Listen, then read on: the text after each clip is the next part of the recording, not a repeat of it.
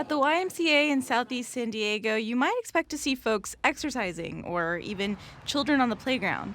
But today, the YMCA was hosting something a little different, a discussion on childhood obesity.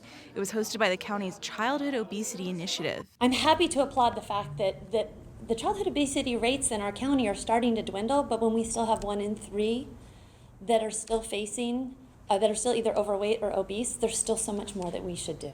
County data from 2005 shows the childhood obesity and overweight rate in San Diego was about 36%. Today, it's 34%, according to a new report from the county, which was highlighted at this conference.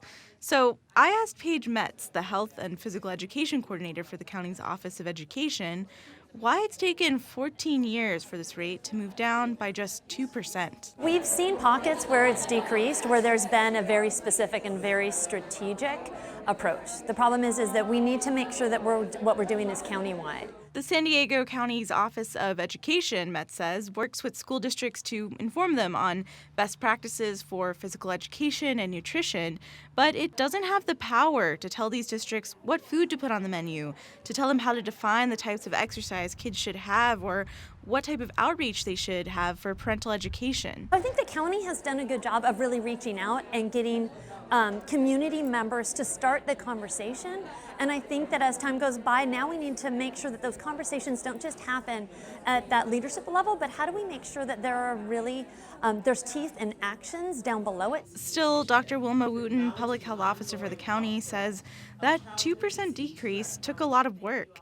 She says over the last decade, more children have moved from the obesity category to the overweight category. Changes don't happen overnight.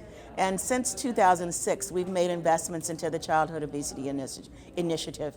And those are the changes we feel have contributed to the decrease, ever so slightly, but it's a slight decrease that we are seeing represented in the report that's been issued today. Wooten says the county is trying to expand its outreach efforts and that public schools try to follow the federal dietary guidelines for school lunches.